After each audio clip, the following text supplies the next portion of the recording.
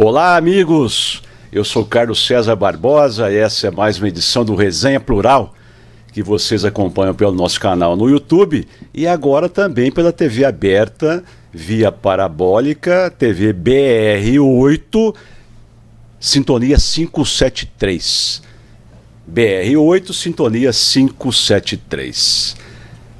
Nós continuamos aqui oferecendo bons conteúdos para vocês e sempre pedindo que deixem aí o seu like, que se inscrevam no canal, que compartilhem a nossa programação com os amigos, porque isso ajuda o crescimento do Resenha Plural e, por consequência, possibilita que continuemos a oferecer bons conteúdos para o nosso público. Hoje o tema do qual nós vamos tratar é um tema extremamente delicado, de uma importância muito grande para a sociedade, que tem frequentado as mídias nas últimas semanas em razão de um fato específico que envolveu uma atriz, apresentadora, modelo, né? Violência doméstica, enfrentamento à violência doméstica, enfrentamento à violência contra a mulher. E para falar sobre esse tema, eu convidei a advogada Vivian de Castro Lefeld, que tem uma advocacia voltada para mulheres vítimas de violência. Eu quero agradecer a Vivian pela gentileza de ter atendido o nosso convite e começo querendo saber da Vivian o que te inspirou a montar um escritório de advocacia voltado para mulheres vítimas de violência doméstica. E na sequência já emendo uma pergunta. Lei Maria da Penha já fez 17 anos. E apesar do endurecimento das penas, das consequências contra aqueles que praticam violência doméstica, infelizmente os números continuam aumentando. 2021 aumentou com relação a 2020, 2022 aumentou com relação a 2023 e 2023, para que vocês tenham ideia, nós já temos já há registro de 722 feminicídios de janeiro a junho deste ano, 722 feminicídios. Há o registro de que a cada 4 horas uma mulher é vítima de violência em nosso país. Então, primeiro eu quero saber da Vivi o que levou a montar um escritório, a trabalhar voltado para essa área tão importante, tão sensível, e como você vê esse crescimento da violência doméstica, da violência contra a mulher, apesar do endurecimento das penas, não é? Do endurecimento das consequências contra aqueles que praticam esses fatos horrorosos. Boa tarde, obrigado pela oportunidade. Para quem trabalha com violência doméstica, a grande chave é a informação. Quando a gente fala em violência contra a mulher, o segredo sempre está na informação. Uma mulher bem informada, ela consegue se defender muito melhor do que as outras que não têm acesso à informação.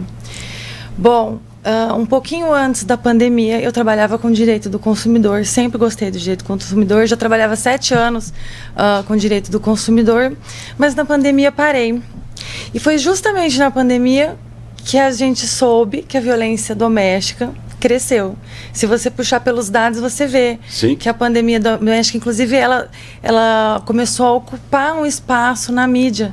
Né? As pessoas começaram, os condomínios começaram a receber regulamentação para avisar sobre violência doméstica, síndicos sobre responsabilização, né? Então, eu estava lá trabalhando com direito do consumidor na internet, comecinho da pandemia, criando rede social, um canal de informação para falar sobre não recebimento de mercadorias na internet, devolução, extravio. Até porque na pandemia todo mundo comprava pela internet. Isso, né? Mas como um hobby, porque eu gostava, né?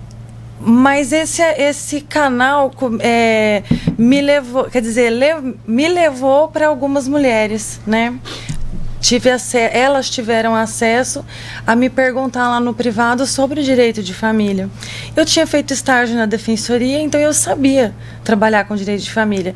Eu falei, olha, vou fazer um vídeo, então, esclarecendo um pouquinho sobre guarda, alimentos, divórcio, coisas simples, para informar mesmo, né? Mas aí a minha vida virou do avesso. Eu acho que eu consegui transmitir a informação de uma forma acessível, né, numa linguagem não jurídica, e aí elas começaram a me procurar. Junto com essa procura no direito de família, veio a violência doméstica, e eu não sabia lidar com a violência doméstica. Eu não sabia, não conhecia ela, conhecia de nome a Maria da Penha, como todo mundo conhece, mas eu não sabia lidar com a Maria da Penha. E aí Maria da Penha, apenas abrindo um parênteses, a mulher que inspirou a lei de enfrentamento à violência doméstica, porque ela foi vítima de 2 tentativas de feminicídio. Exatamente. A Maria da Penha, né, uma enfermeira que sofreu duas tentativas, né, contra a vida. O ex-marido dela não tinha condenação, acho que já tinha até sido absolvido, quando ela resolveu escrever uma carta ou um livro, alguma coisa assim, e chegou em algumas advogadas.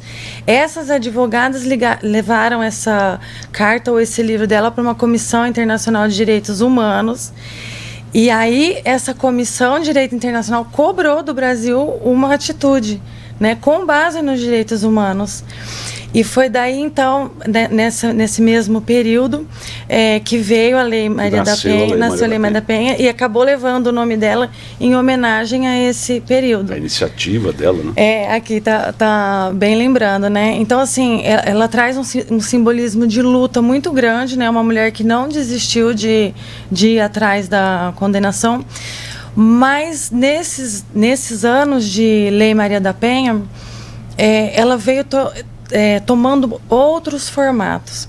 Aqui a gente falava quando a gente fala de morte, de violência física, alguma coisa nítida, né, para a sociedade, todo mundo consegue ver, né, o que morreu, o que apanhou, o que tem agressão física, mas ela trouxe outras nuances que são mais difíceis para a sociedade ver, que é a violência psicológica, a moral, a sexual e a patrimonial. E é aí que entrou a minha curiosidade de aprofundar na Maria da Penha, na violência patrimonial, junto com o divórcio. Então, quando a gente fala, assim, no caso da Ana Hickman, por exemplo, o estopim foi a violência física, para ela, né?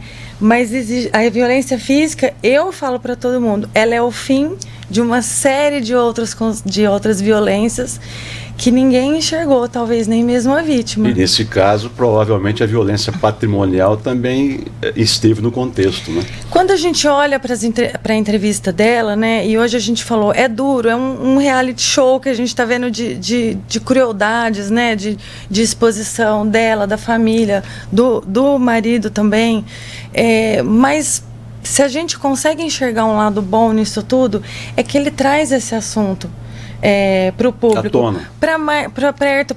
Às vezes a pessoa consegue se ver naquilo, opa, isso aconteceu comigo. E hoje em dia o que eu mais trabalho no meu dia a dia é a violência patrimonial.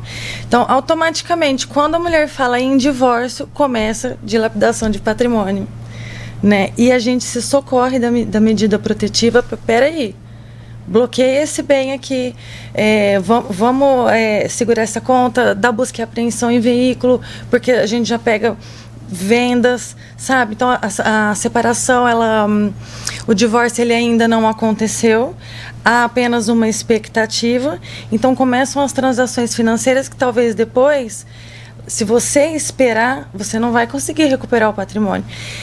E, historicamente, como você estava falando, há um problema cultural, né? Ainda hoje, o patrimônio fica mais concentrado no nome do homem. De uma forma geral, não adianta dizer que não. De uma forma geral, na maioria dos lares ainda é assim, né? Então, aquele que está na posse dos bens, ele tem um controle. Enquanto o divórcio não termina, a mulher não consegue andar com a vida dela, né? E se ela ficou, por uma casa ela ficou com o imóvel, ele teve que sair, ele começa a fazer manobras judiciárias que ela não tem condições de pagar um advogado, ela não tem como se defender. Então, a Maria da Penha, na violência patrimonial, ela tem sido fundamental para garantir o direito dessas mulheres. Né? Então, são nuances que às vezes não chegam na sociedade. Sabe, falam-se muito da violência física, agora tem se falado muito na violência psicológica, né? Já enfrentei muita dificuldade para pedir medida protetiva por violência psicológica, porque também ninguém vê, né? Mas hoje a gente tem algumas estratégias. Vai na delegacia e pede a medida protetiva por violência psicológica. Fala isso lá. Entendeu? Ele ainda é difícil. O que é violência psicológica? Como é que você vai descrever essa violência psicológica? Isso às vezes é até difícil de descrever. Se você for numa segunda-feira na delegacia da mulher, que geralmente vem do fim de semana conturbado, nas relações familiares, tem uma fila. Você vai contar toda uma vida para descrever a violência psicológica na delegacia. Ninguém vai parar para te ouvir ali. Então, o enfrentamento da violência doméstica, ele é amplo. Mas, Vivian, essa crescente nos índices de violência doméstica, como a Vivian muito bem esclareceu, não envolve só violência física, mas violência psicológica, patrimonial, moral. Não é? Esse crescimento se dá, no seu entendimento, pelo encorajamento das mulheres em denunciar, em procurar as autoridades, porque até uma época atrás a gente sabe que as mulheres não procuravam as autoridades. Eu me recordo muito bem, enquanto promotor de justiça, passei por algumas cidades pequenas e recebia muitas mulheres que eram vítimas de violência doméstica, em todos esses sentidos que você mencionou, em todas essas formas que você mencionou, e elas reclamavam do marido, a gente chamava o marido, a gente recomendava a ela, olha, talvez seja melhor você, na época ainda tinha separação, não é? Hoje já pode divorciar direto, mas você se divorciar, isso vai continuar. Elas não queriam. Elas queriam que desse uma consertada, um aperto no marido, mas não queriam se divorciar. Quer dizer, a cultura da mulher parece que hoje mudou também. Ela passou a buscar os seus direitos e isso, obviamente, que resultou no acréscimo dos números, das estatísticas. Estou certo ou não? Está certíssimo, está certíssimo. Eu acredito que o número da violência doméstica tenha crescido exatamente por a sociedade estar se preparando, né, para corrigir, né, essa vulnerabilidade. Eu falo, historicamente a mulher é mais vulnerável, a gente vem avançando no sentido de igualdade. A gente precisa dar esse suporte para a mulher, para ela se encontrar no nível de igualdade, para poder simplesmente se divorciar. Né? Por isso que eu entendo que a lei é tão importante. Pega bem na parte da igualdade mesmo. E quando vem à tona um fato como esse da Ana Hickman agora, isso gera um encorajamento maior, né? Você veja aí que o papel importante da mídia, não é isso? Você veja que é muito estranho, é diferente, porque ela é uma mulher que não precisa do dinheiro, né? Ela é muito bonita, ela tem a profissão, então, aparentemente, ela não precisaria estar passando por tudo que ela está passando, né? Ela poderia contratar uma rede de advogados e se defender. Mas a violência psicológica, a violência moral, né, ela é um apanhado, ela é muito complexo. Realmente você tem que parar para ouvir e entender como ela acontece. A violência física, eu repito, ela é só o fim de muitas outras coisas de acontecer. Ela nunca começa na violência física, né? É impressionante. Mas o caso da Ana Hickman, ele é emblemático por ser aparentemente uma mulher que no aspecto financeiro não depende dele. Mas aí ela já traz um outro lado, né?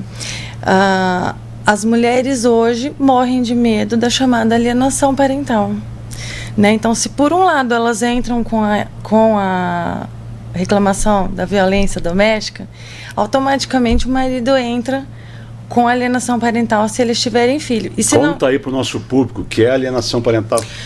Alienação parental, ela é uma lei, né, chamada alienação parental, que visa punir atos daquele genitor ou da genitora que tentam afastar o filho do pai ou da mãe. né? O que, infelizmente, é muito comum na maioria dos divórcios. Na grande maioria, é muito comum. É muito comum na maioria dos divórcios. Mas ela tem um final perigoso, que às vezes ela vira instrumento de ameaça, né?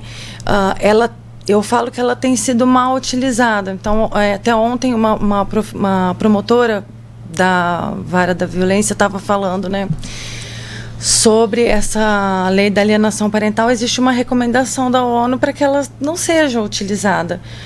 Porque, principalmente, se a violência contra a mulher aumentou, se o feminicídio aumentou, consequentemente, o estupro também aumentou. E se você pegar a estatística, aumentou entre as crianças de 0 a 13 anos. E dentre essas crianças de 0 a 13 anos, 80% acontece dentro de casa. Dentro da própria casa. Dentro da própria casa. Se a mãe faz uma acusação contra o pai e ela não prova, que é difícil provar, através dessa lei de alienação parental, é possível, tem um último artigo dela que diz que a falsa acusação de crime contra um genitor torna a guarda... Reverte a guarda. E isso tem acontecido muito. Então, em razão dessa possibilidade, crianças têm tido guarda revertida, né? Eu acompanho demais esses casos. Ainda não peguei nenhum desses aqui, né? Mas eu acompanho pela internet, acompanho a promotoria, acompanho alguns casos de juízes e de mães, né? E de mães. Então, a Ana Hickman, ela tem uma vantagem dela ter uma voz na televisão, o que essas outras mães não têm. Então, quando a gente fala em violência doméstica, hoje se falou muito na alienação parental, porque depois de 15 dias que o marido da Ana Hickman agrediu ela fisicamente, ele entrou com uma ação de alienação parental, né? E hoje... Porque foi afastado, teve uma medida protetiva de afastamento. As medidas protetivas, ela afastam o marido da mulher, mas deixam expressamente o convívio reservado com o pai. Com os filhos. Com os filhos.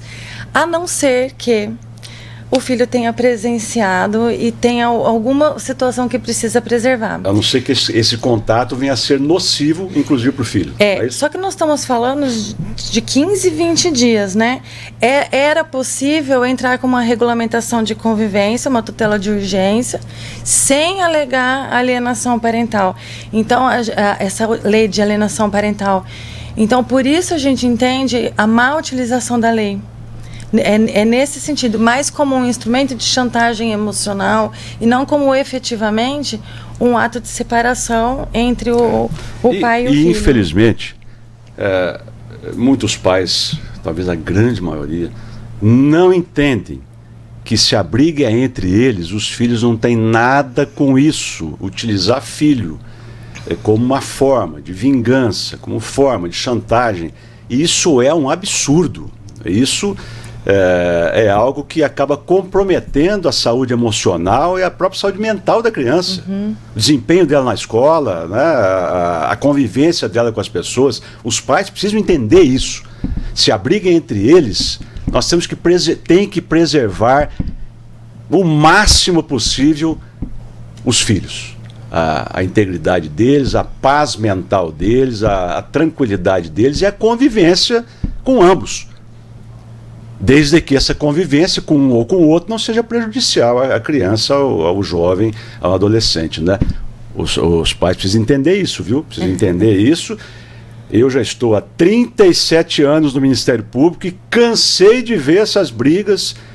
Pai, mãe, separando, divorciada, colocando os filhos no meio, não é? Fazendo muitas vezes a tal da... Olha, seu pai não paga pensão, eu não vou deixar você sair com ele porque o mês passado ele não pagou pensão, não é? Ou então o pai, olha, sua mãe tá com outro namorado lá, você vai aceitar isso? E essa é uma forma de alienação parental, né? São dois exemplos típicos de alienação parental. E eu fico pensando, né? Outro dia eu estive no Ministério Público e a gente tem um Ministério Público muito atuante aqui em Ribeirão Preto. Né? Eu cheguei para conversar com o promotor e ele falou, qual o nome das partes? E eu falei, eu sei, fulano mora não sei onde, eu lembro desse caso. Eu falei, minha nossa, ele... Então, você vê que não é mais um caso. Eles conhecem realmente e não gostam de picuinha e não gostam desse tipo de briga. E quando o assunto é sério mesmo. Né? Então, se percebem que é coisa de briga de mãe e pai, você já vê que é levado para um lado na justiça, e se a coisa é séria, é tratado com relevância. Eu posso falar aqui por Ribeirão Preto, né? Que é onde meu campo de atuação, onde eu conheço os promotores, e eu gosto muito. Que bom. Não, eu feliz. Realmente, a gente não sai vencedor em todos, mas no fim, quando a gente trabalha com direito de família, a gente acaba torcendo pela criança. Claro. Né? Claro. Não tem jeito de você não virar um ativista da criança. E nós profissionais do direito precisamos ter essa sensibilidade. Sim, né? sim. Embora você esteja defendendo, eventualmente, o interesse patrimonial de A ou de B, né? A criança está ali no meio, a gente também tem que ter uma visão carinhosa para ela. Né? Quando a mulher chega no escritório, né, carregada de mágoa, de dor, a gente vê se é possível separar e já conversa sobre isso bastante, né? Sobre como vai ser, como que ele é, ele oferece risco para o seu filho ou não? Na maioria das vezes ela diz não, ele não oferece risco. Então a gente não precisa cortar, brigar pela convivência, cortar a convivência. Não precisa. Então aí a gente vai por um outro lado, né? Sempre procurando fazer um acordo, criar uma sempre. Né? O que às vezes não acontece, mas é o melhor caminho sempre, né? Quando chega na violência doméstica é mais difícil. Quando a gente tem que já entrar com as medidas protetivas, já é porque já está num ponto difícil. Mas mesmo assim não é descartado. Vivian, voltando ainda a Maria da Penha, eu sempre defendi o seguinte: nós não mudamos a cultura, nós não mudamos o comportamento das pessoas por uma lei. O Brasil avançou muito nos últimos anos em termos de respeito à diversidade. O Brasil avançou muito, avançou bastante. O respeito à diversidade de cores, de orientação de gênero, enfim, as próprias mulheres. Né? As mulheres ganharam um pouco mais de espaço na sociedade, embora muito aquém ainda do ideal.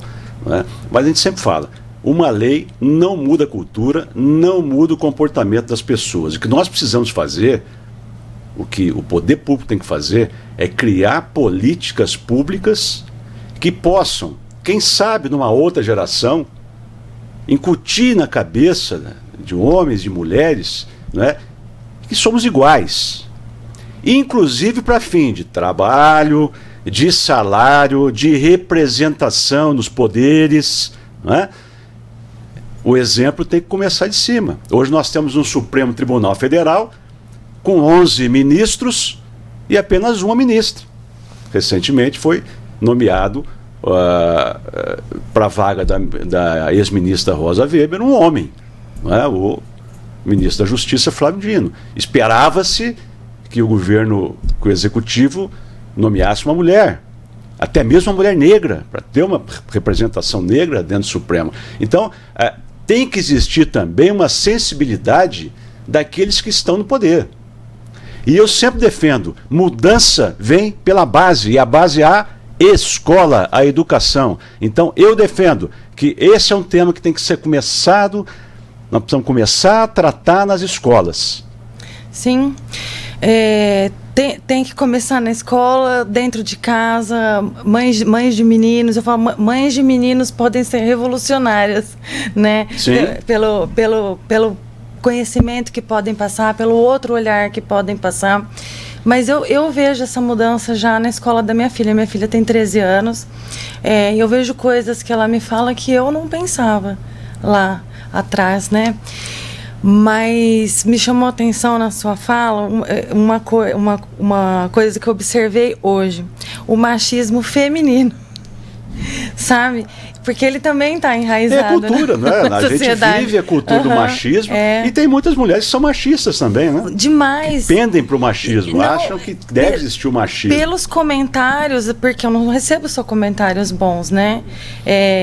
Se você lê lá, às vezes eu coloco uma coisa polêmica e assim, se expôs, está sujeito. né? Não, você não faz ideia, mas tudo bem para mim. Eu não tô disposta. Aliás, só para dizer que além de advogada na área, a Vivi é uma militante e ela utiliza muitas redes sociais, tem muitos seguidores, utiliza muitas redes sociais para prestar esse serviço importante, esse serviço público de informação, né, Vivi? Eu sou uma militante ponderada até, né? Eu acho que assim, eu levo a informação até o ponto que eu acho que precisa. Às vezes eu ponho um pouquinho a mais e aí eu já sei que eu estou sujeita também a opiniões que nem sempre me agradam e agressividades da coisas da rede social, de quem põe a cara vai bater, vai apanhar, não tem jeito, né? Mas me assusta mais o machismo feminino, porque o masculino a gente já espera, tá tudo bem, mas quando vem da mulher eu falo, nossa, como ela pensa isso ainda, né? Não é possível, mas é possível. E aí eu fico pensando na minha filha, que tem 13 anos, e estão fazendo um bom trabalho nas escolas. Eu não sei na rede estadual, minha filha estuda na particular. E eu comecei a receber convites agora da rede estadual para ir palestrar lá. Eu estou me preparando, porque inclusive eu falo para as coordenadoras, olha, eu não sou professora, eu não sei se eu atendo se eu tenho a linguagem do adolescente, né? Mas eu vou estudar, eu vou ver como eu posso ser útil para falar com as adolescentes. Eu tenho uma filha adolescente, eu me comunico muito com ela. Mas é uma diferença, né? Ela já recebe uma educação lá. Então, o primeiro convite que eu recebi agora foi principalmente em razão de gravidez, né? Então, talvez a informação não esteja chegando lá como está chegando aqui. Então, e olha só, né, gravidez na adolescência. Aqui em Ribeirão, nós estamos falando, né, no estado de São Paulo, que é um estado mais evoluído. É estado mais evoluído, mas São Paulo e Rio de Janeiro foram os estados onde mais se acentuou o aumento da violência contra a mulher. Sim, é verdade. É verdade. São estados mais evoluídos, são estados supostamente com pessoas mais aculturadas. Entretanto, observe que não é só a questão do sujeito que é analfabeto, o sujeito que tem apenas... Não, questão que envolve também, e a gente vê todos os dias aí pela mídia, não é? Um sujeito, um profissional de qualidade que matou a mulher por conta disso, por conta daquilo. Não é? Isso a gente vê semanalmente na mídia. Não é? O que mandou matar. Coisas dessa ordem a gente vê todos os dias. Então, a questão da violência não está necessariamente ligada à pobreza, à miséria. Não é não. Não é não. Não é? Cultural, nada. Pelo machismo, não é? Pela questão da força, pela questão da força financeira, inclusive. Não é isso, Vivian? Uhum. A violência doméstica, ela está em todos os lugares. E, às vezes, se você começa a observar, né, a gente fala uma linguagem de gênero, uma advocacia de gênero, é porque a gente passa a olhar as coisas, né, sob uma outra perspectiva, né? Então eu começo a enxergar coisas que eu não via antes, através do estudo, através da observação. Então quando você vê os tipos de violência doméstica, às vezes você vê a postura do seu vizinho ou de um familiar com a mulher dele ou com uma filha dele de outro jeito, né? Você fala, nossa, isso não tá legal, daqui a pouco vem alguma coisa e daqui a pouco vem alguma coisa, porque aí a informação chegou. Né? A pessoa cansou, ela ouviu, isso acontece comigo. Talvez a violência doméstica tenha aumentado no estado de São Paulo, até mesmo porque há uma informação maior chegando. As delegacias da mulher... A informação e as estatísticas também, isso contribui para as estatísticas, né? As mulheres denunciam mais. Tá? Então, esse dado é um dado importante, porque onde existe um núcleo grande de pobreza, a fragilidade da mulher é maior. E assim, eu tive... A gente acaba frequentando muitas palestras com mulheres, né?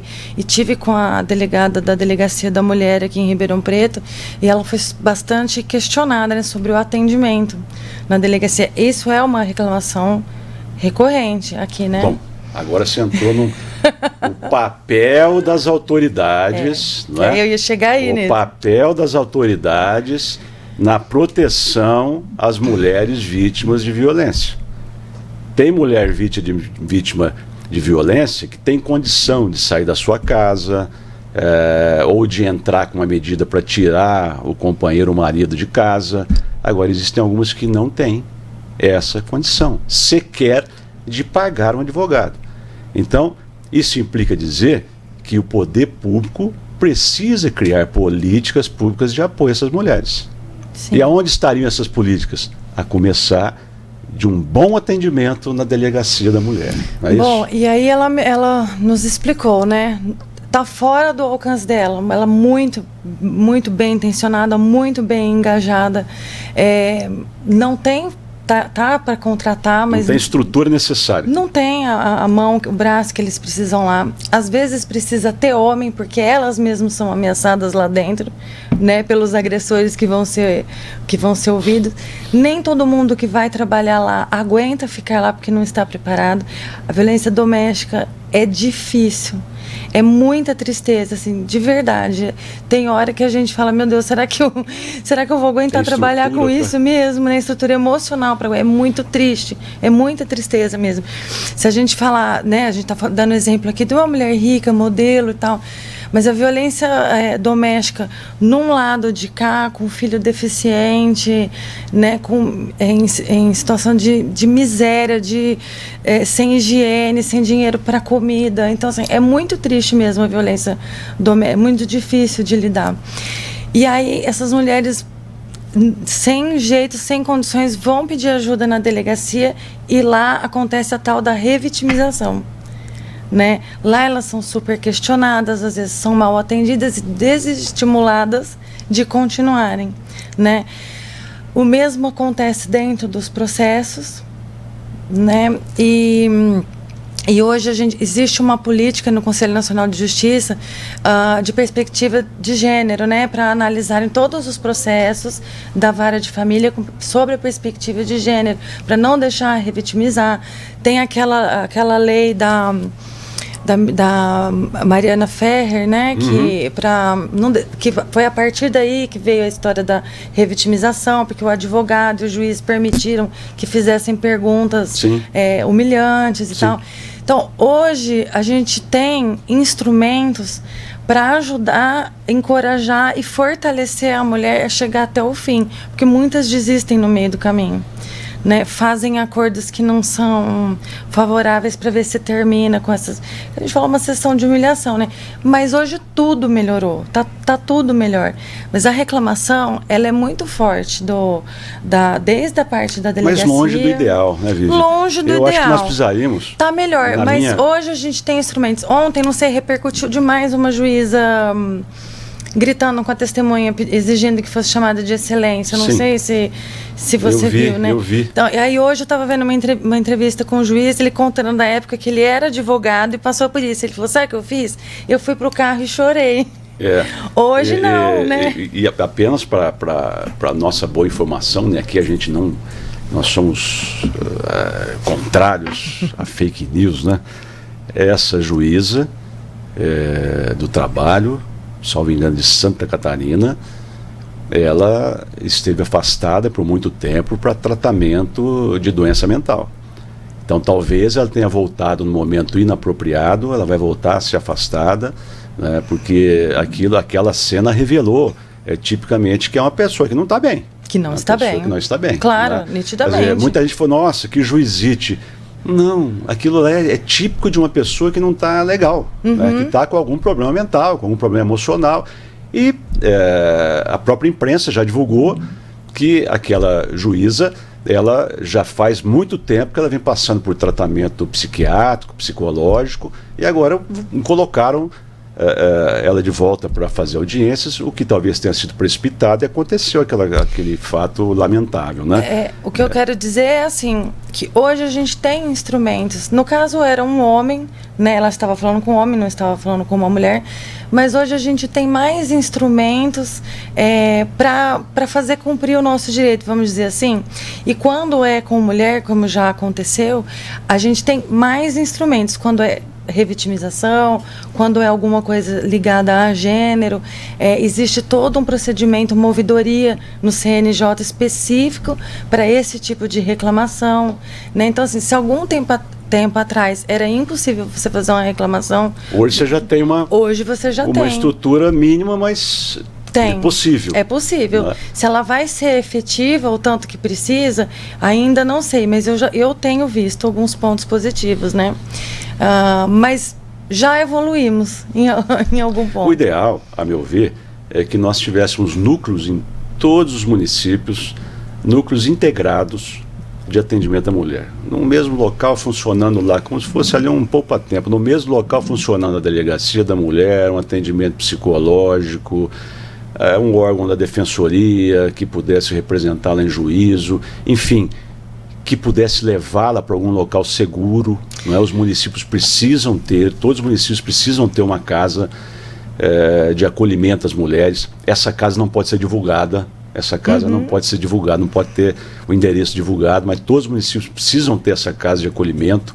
Geralmente o acolhimento costuma ser feito inclusive num outro município. A mulher foi vítima de violência no município A, ela é acolhida no município B a 50, 60, 100 quilômetros de distância. Então esse atendimento integrado me parece o ideal. Né? Porque a pessoa que é vítima de violência, ela tem que ser acolhida, né? É o mínimo que se pode fazer com alguém que é vítima. Aí não estou nem falando só de violência doméstica, não, de violência no modo geral, né? No modo geral. Você precisa acolher. A pessoa já está vindo de um sofrimento, de um episódio de sofrimento, né? Agora, ela não pode enfrentar um episódio de revitimização. De revitimização. Mas por que você apanhou? O que você falou lá? Você não tem culpa, não? Olha lá, hein? Mais ou menos assim, né? É mais ou menos assim. Eu tive em São Paulo, na Casa da Mulher Brasileira. E é exatamente esse modelo que você está falando. A Casa da Mulher Brasileira, ela tem um centro de apoio. Eu conheci psicológico, ela tem delegacia da mulher, ela tem o Ministério Público e ela tem a casa de acolhimento que não fica lá, né? Que é para abrigar vítimas. Ela também tem ambulância para levar para o hospital. Então, assim, é um aparato mesmo. Núcleo integrado. É um núcleo integrado, é muito legal. Chama Casa da Mulher Brasileira. Isso deve servir de exemplo aí.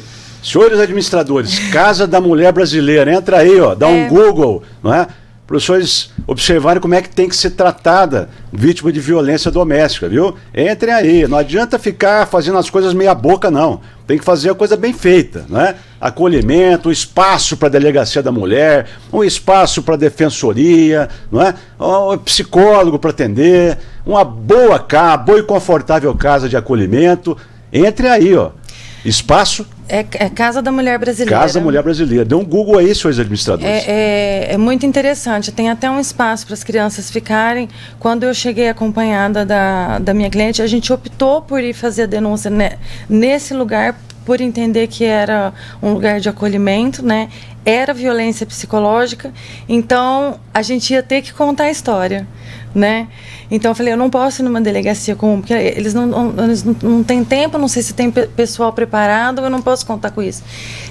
Lá na própria triagem, eles já perguntaram se a gente queria ser atendido primeiro pela psicóloga, para depois ser encaminhado para a delegacia. E tudo lá como se fosse um poupa-tempo. Né? Muito legal, com espaço reservado para criança ali brincar, com um parquinho e tal, todo cor-de-rosa, então um negócio preparado mesmo. E que eu acredito que Ribeirão Preto tenha estrutura para isso já, sabe? Sem dúvida. Eu acho que todos os municípios, em maior ou menor proporção, precisam ter um espaço dessa natureza. Que seja para atender a região aqui, claro, um núcleo especializado. Um espaço de acolhimento verdadeiro. Verdadeiro, né? Acolhimento carinhoso, acolhimento profissional. Eu acho que isso é fundamental. E eu insisto na questão da educação. A educação, eu acho que é a base de tudo. As mudanças sempre vêm pela educação. As boas mudanças sempre vêm pela educação. As mudanças ruins vêm pela falta de educação. Né?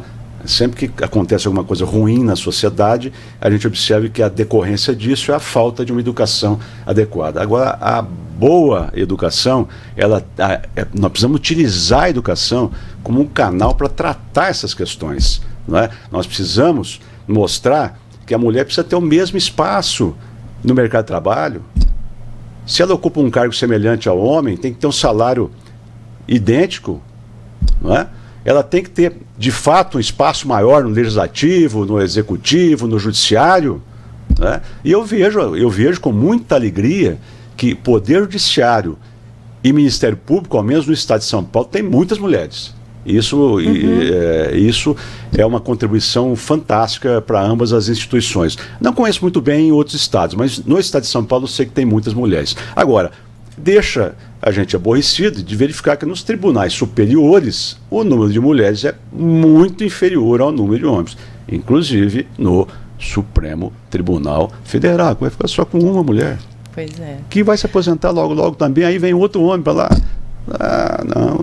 Nós precisamos rever essa postura, porque essa postura dos governantes reflete na sociedade. Não é? A representatividade, ela faz falta e ela faz diferença.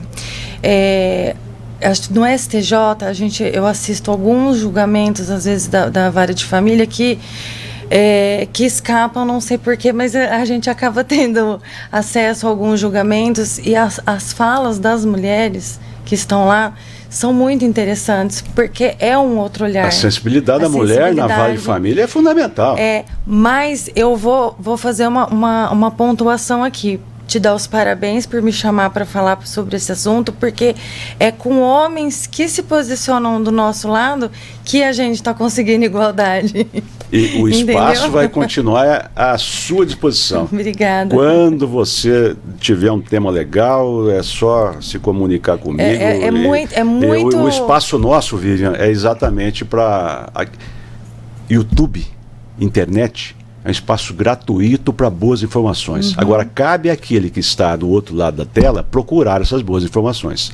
Por isso que eu tenho dito, o Resenha Plural, ele só leva bons conteúdos ao nosso público. Essa é a nossa obrigação.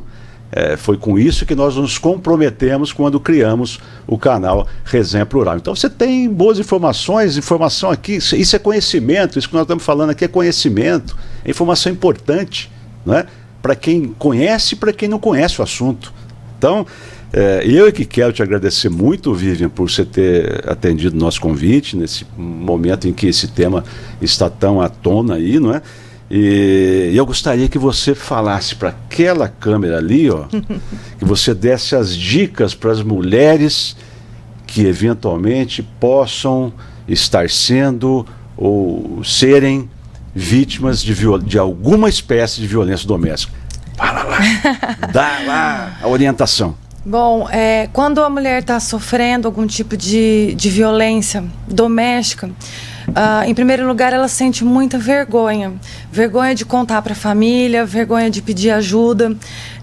Mas é preciso, né? E a rede de apoio dessa mulher é o mais importante para que ela consiga vencer a violência doméstica.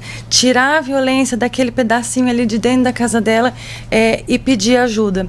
Existem várias possibilidades hoje, tanto na área psicológica como na parte jurídica, de você se socorrer, de pedir ajuda, se informar, né? Quando a gente fala em violência doméstica, eu insisto, não é só a violência física, é a violência patrimonial, que é a retenção do seu dinheiro, né? A impossibilidade do seu crescimento financeiro, do seu poder de compra, a violência moral, que são os xingamentos, a humilhação, constrangimentos públicos. A gente tem a violência sexual, que infelizmente às vezes acontece muito logo depois da gravidez. Mulheres são atendidas no hospital com relações sexuais forçadas, né? E a violência psicológica.